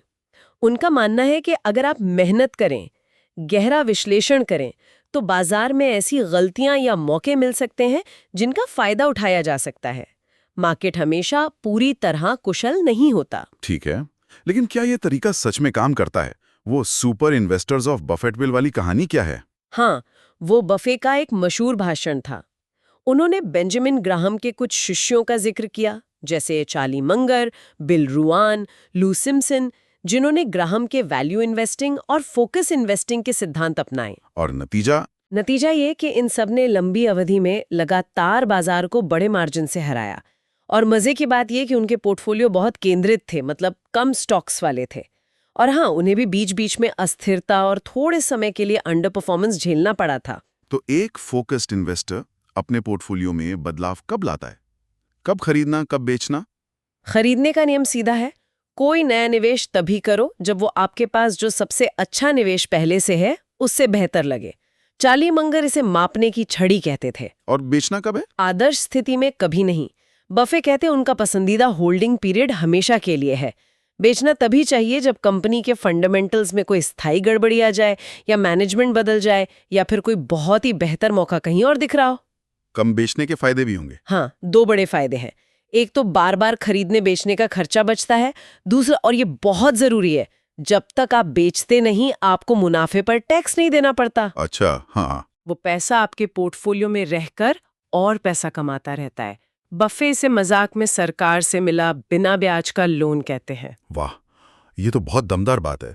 लेकिन ये सब सुनने में जितना अच्छा लग रहा है, वो अस्थिरता झेलना आसान नहीं होगा। मानसिक मजबूती चाहिए इसके लिए। निश्चित रूप से। फोकस इन्वेस्टिंग हर किसी के लिए नहीं है। इसमें धैर्य चाहिए, कंपनियों की गहरी समझ चाहिए, और सबसे बढ़कर अपने विश्लेषण पर मजबूत भरोसा चाहिए, ताकि जब बाजार गिरे तो आप घबराकर बेच न दें। तो संक्षेप में कहें तो फोकस इन्वेस्टिंग एक अलग रास्ता है। एक्टिव मैनेजमेंट की तरह महंगा नहीं, इंडेक्सिंग की तरह औसत नहीं। इसमें क्षमता है बेहतर रिटर्न देने की, पर कीमत है अनुशासन और धैर्य। बिल्कुल, ये बाजार के शोर से ऊपर उठकर कंपनियों के मूल सिद्धांतों पर टिके रहने की रणनीति है। और जाते जाते श्रोताओं के लिए सोचने वाली बात। हाँ, सोचने वाली बात यह है, क्या ये मुमकिन है कि कुछ गिनी चुनी कंपनियों में, जिन्हें आप वाकई गहराई से समझते हैं, बड़ा निवेश करना लंबी अवधि में कम जोखिम भरा हो, भले ही छोटी अवधि में उसमें उतार चढ़ाव ज्यादा क्यों ना दिखे, पारंपरिक सोच के एकदम विपरीत। नमस्कार। आज हम निवेश की दुनिया के एक ऐसे पहलू पर बात कर रहे हैं जो अक्सर नजरअंदाज हो जाता है, पैसे का मनोविज्ञान। देखिए, निवेश सिर्फ नंबरों और चार्ट्स का खेल नहीं है ना? हमारी भावनाएं, डर, लालच, ये बाजार और हमारे फैसलों पर बहुत गहरा असर डालते हैं। बिल्कुल। हमारे पास जो सामग्री है वो यही बताती है कि निवेशक कई बार कितने अतार्किक और मतलब विरोधाभासी फैसले ले लेते हैं, और कमाल की बात यह है कि उन्हें इसका एहसास तक नहीं होता। सही कहा। तो आज इन स्रोतों के जरिए हम इसी दिलचस्प पहेली को एक तरह से सुलझाने की कोशिश करेंगे कि आखिर ये मानवीय व्यवहार निवेश की दुनिया को कैसे चलाता है। बिल्कुल। और देखिए, ये समझना बहुत महत्वपूर्ण है कि बाजार की नब्ज पकड़ने के लिए खुद के अंदर की भावनाओं को, अपने पूर्वाग्रहों को समझना उतना ही जरूरी है जितना शायद किसी कंपनी की बैलेंस शीट पढ़ना। स्रोत भी इसी बात पर जोर देते हैं कि डर और लालच जैसी जो प्रबल भावनाएं हैं वो अक्सर लोगों को गलत समय पर खरीदने या बेचने पर मजबूर करती हैं। अच्छा, महत्वपूर्ण अंतर है। निवेशक एक बिजनेस पार्टनर की तरह कंपनी के असली मूल्य को देखता है, उसमें हिस्सेदारी खरीदता है, जबकि सट्टेबाज वो सिर्फ कीमत के उतार चढ़ाव से जल्दी पैसा बनाने की फिराक में रहता है। बिल्कुल सही कहा। और ग्राहम के मुताबिक सफल निवेशक बनने के लिए तेज दिमाग से ज्यादा जरूरी है सही स्वभाव। स्वभाव मतलब? यानी शांति, धैर्य और तर्क संगतता। वो बाजार के रोजाना के शोर शराबे से विचलित नहीं होते। अच्छा। इसी से जुड़ी वॉरेन बफे की वो मशहूर बात भी है, जो शायद इन्हीं स्रोतों से प्रेरित होगी, कि अगर कोई अपने निवेश को 50% गिरता देख घबरा जाए। हाँ, सही है। तो ये स्वभाव इतना अहम क्यों है? मतलब ग्राहम ने इसे समझाने के लिए एक बड़ा मजेदार तरीका निकाला था ना, वो मिस्टर मार्केट वाली बात। हाँ, वो मिस्टर मार्केट का रूपक तो कमाल का है। आप कल्पना कीजिए कि मिस्टर मार्केट आपका एक ऐसा बिजनेस पार्टनर है जो रोज आपके दरवाजे पर आता है। रोज? हाँ, रोज। और आपको अपने हिस्से के शेयर खरीदने या बेचने का एक भाव देता है। लेकिन ये पार्टनर साहब बड़े मूडी हैं। अच्छा, कैसे? कभी वो हद से ज्यादा आशावादी होते हैं, मतलब एक्सट्रीमली ऑप्टिमिस्टिक, और आसमान छूते भाव लगा देते हैं। तो कभी बिल्कुल निराश होकर, डिप्रेस्ड होकर कौड़ियों के दाम पर सब कुछ बेचने को तैयार हो जाते हैं। तो ग्राहम की सलाह बड़ी सीधी थी, मिस्टर मार्केट के मूड से प्रभावित मत होइए। अगर वो कोई बेवकूफ़ी भरा सस्ता भाव दे रहा है तो उसका फायदा उठाइए, खरीद लीजिए। अगर महंगा दे रहा है तो बस नजरअंदाज कर दीजिए। स्रोत कहते हैं उसकी जेब का इस्तेमाल करें, उसकी बुद्धि का नहीं। वाह, ये तो कमाल की बात है। ये तो ही बाहरी प्रभाव की बात, मतलब मिस्टर मार्केट के मूड की। लेकिन क्या हमारे अपने दिमाग के अंदर भी कुछ ऐसी गड़बड़ियां हैं जो हमें निवेश में भटका सकती हैं? सामग्री कुछ दिलचस्प मनोवैज्ञानिक पूर्वाग्रहों यानी बिहेवियरल फाइनेंस के सिद्धांतों की ओर इशारा करती है। बिल्कुल है, और कई है।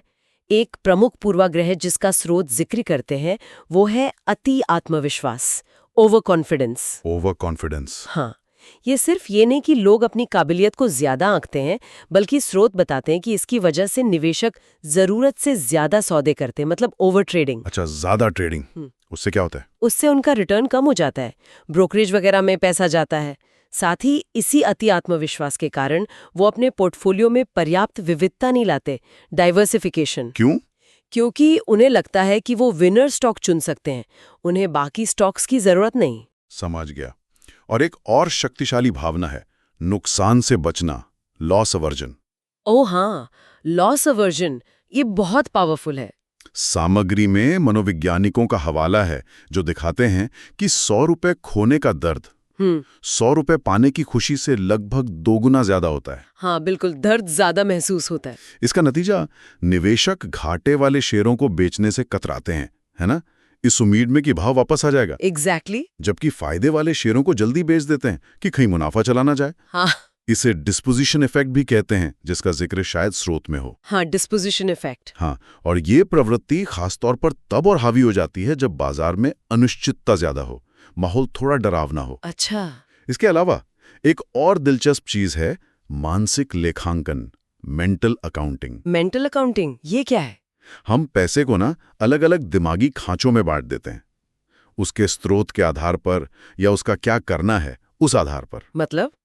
जैसे स्रोत में उदाहरण दिया गया है कि बोनस में मिले पैसों को लोग अक्सर छुट्टियों पर या किसी महंगी चीज पर आसानी से खर्च कर देते हैं, जबकि उतनी ही रकम अगर तनख्वाह का हिस्सा हो तो ज्यादा सोच समझ कर खर्च करते हैं। हाँ, ये तो है। बोनस तो एक्स्ट्रा लगता है। बिल्कुल, जबकि पैसा तो पैसा है ना? ये सभी पूर्वाग्रह मिलकर हमारे निवेश निर्णयों को काफी जटिल बना देते हैं। तो इन सब बातों का निचोड़ क्या निकलता है फिर? ऐसा लग रहा है कि सफल निवेश सिर्फ अच्छी कंपनियों को ढूंढना ही नहीं है। नहीं, बिल्कुल नहीं। बल्कि खुद की भावनाओं को काबू में रखना भी उतना ही, शायद उससे ज्यादा जरूरी है। बिल्कुल सही।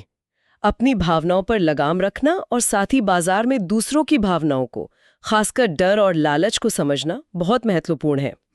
तभी वॉरेन बफे की वो सलाह काम आती है, जब दूसरे लालची हों तो डरो, और जब दूसरे डर रहे हों तब लालची बनो। हाँ, ये तो सुना है। ये असल में मिस्टर मार्केट के मूड का फायदा उठाने का ही एक तरीका है, अगर आप देखें तो। सही कहा। तो इस पूरी चर्चा से साफ है कि निवेश में कामयाबी सिर्फ जानकारी या आईक्यू का खेल नहीं है। नहीं, बल्कि भावनात्मक स्थिरता और तर्कसंगत सोच का भी उतना ही बड़ा हाथ है।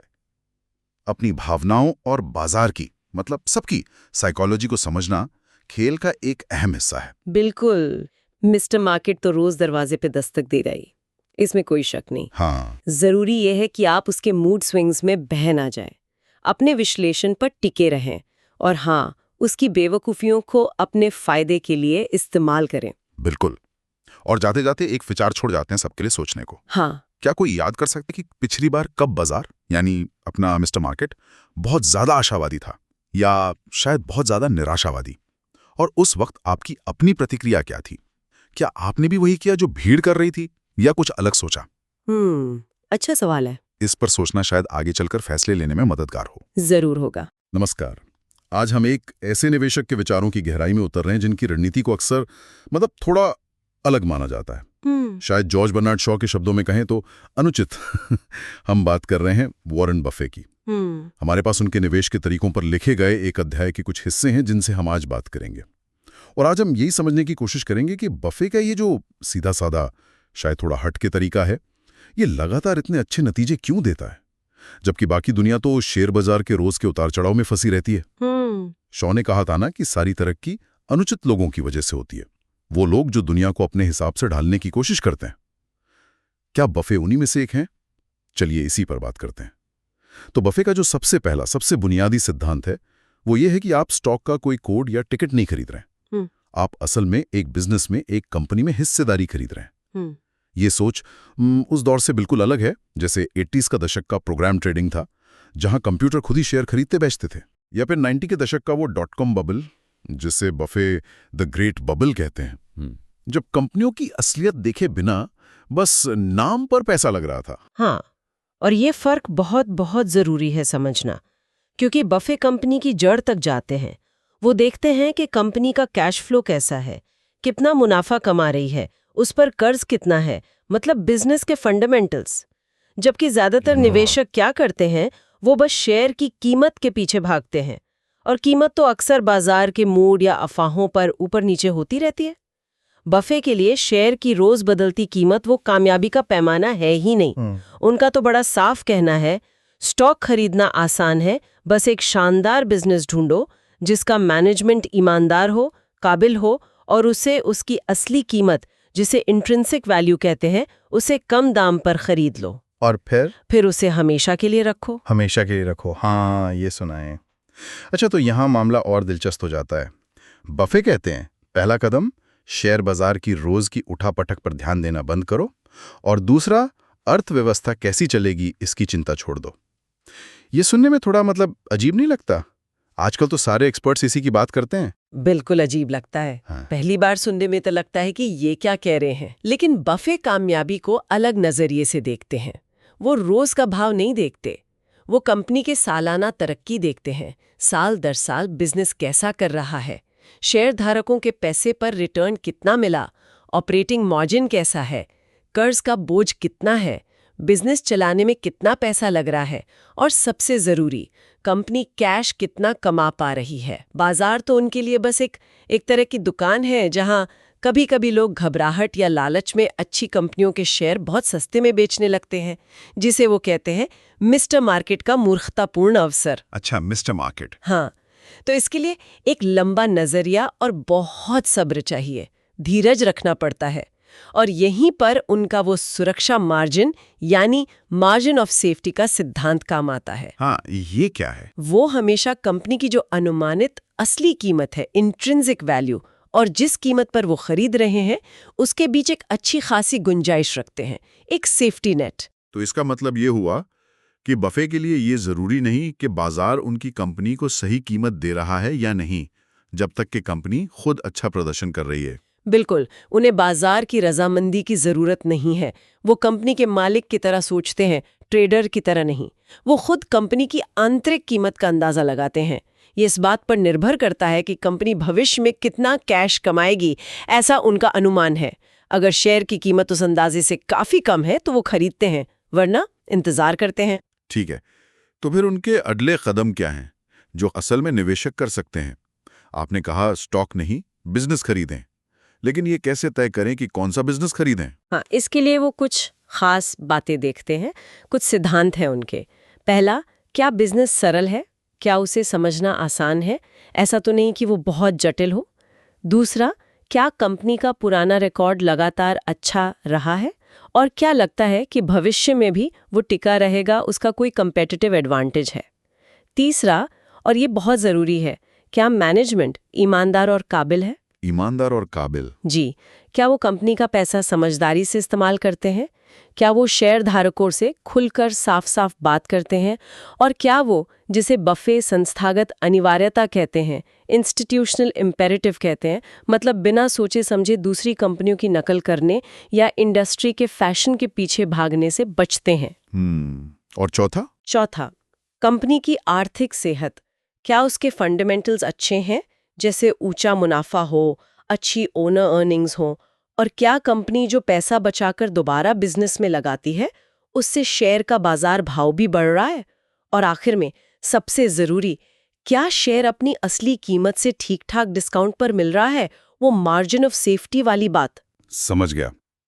और फिर ऐसे कुछ गिने चुने बिजनेस का ही पोर्टफोलियो बनाना है ना कि दर्जनों या सैकड़ों शेयर खरीद लेने हैं। एकदम सही कहा। इसका मतलब है अपनी सोच को स्वतंत्र रखना, भेड़ चाल में नहीं चलना, अपना होमवर्क खुद करना, जैसे कंपनी की एनुअल रिपोर्ट पढ़ना, अकाउंटिंग समझना। बफे तो अकाउंटिंग को बिजनेस की भाषा कहते हैं। बिजनेस की भाषा? हाँ, और बार-बार खरीदने बेचने या बहुत ज्यादा शेयर खरीदकर फैलाने, मतलब जरूरत से ज्यादा डाइवर्सिफाई करने के दबाव में नहीं आना। बफे मानते हैं कि बहुत ज्यादा डाइवर्सिफिकेशन की जरूरत तभी पड़ती है जब निवेशक को पता ही नहीं होता कि वो क्या कर रहा है। अच्छा। अगर किसी को बिजनेस की समझ नहीं है तो उनके लिए शायद इंडेक्स फंड बेहतर है, ना कि 50-100 अलग-अलग स्टॉक में थोड़ा-थोड़ा पैसा लगाना। उनका मानना है कि कामयाबी जितनी सही फैसले लेने से मिलती है, उतनी ही गलतियों से बचने से भी मिलती है। कम गलतियां करना भी जरूरी है। तो सारी ये निकलता है कि बफे की ये जो अनुचित लगने वाली कामयाबी है वो असल में बेहद तर्कसंगत है, बिजनेस पे टिकी है और लंबी अवधि की सोच का नतीजा है। ये बाजार के रोज के शोर और भविष्यवाणियों को पूरी तरह नकार देती है। ये सच में एक मालिक की तरह सोचने की बात है, ट्रेडर की तरह नहीं। बिल्कुल। और अंत में सोचने के लिए एक सवाल छोड़ा जा सकता है। बफे खुद कहते हैं कि उनकी सफलता में दूसरों की नाकामी का भी हाथ है। वो लोग जो मुश्किल लगने वाले सिद्धांतों के पीछे भागते हैं या शायद जिन्हें सिखाया गया है कि खुद सोचना फायदेमंद नहीं है, बस दूसरों को फॉलो करो। ये दिलचस्प है। तो क्या वाकई निवेश में इस सफलता का राज चीजों को सरल बनाने में है, कुछ बेहतरीन बिजनेस को गहराई से समझने में छुपा है, बजाय इसके कि हम ये अंदाजा लगाने में अपनी सारी ऊर्जा लगा दें कि बाजार कल किधर जाएगा या अर्थव्यवस्था का क्या होगा? सोचने वाली बात है। निवेशक उन चीजों को अनुमान लगाने में कितनी दिमागी ऊर्जा और समय बर्बाद करते हैं जिन्हें बफे शायद देखते तक नहीं, अप्रासंगिक मानते हैं।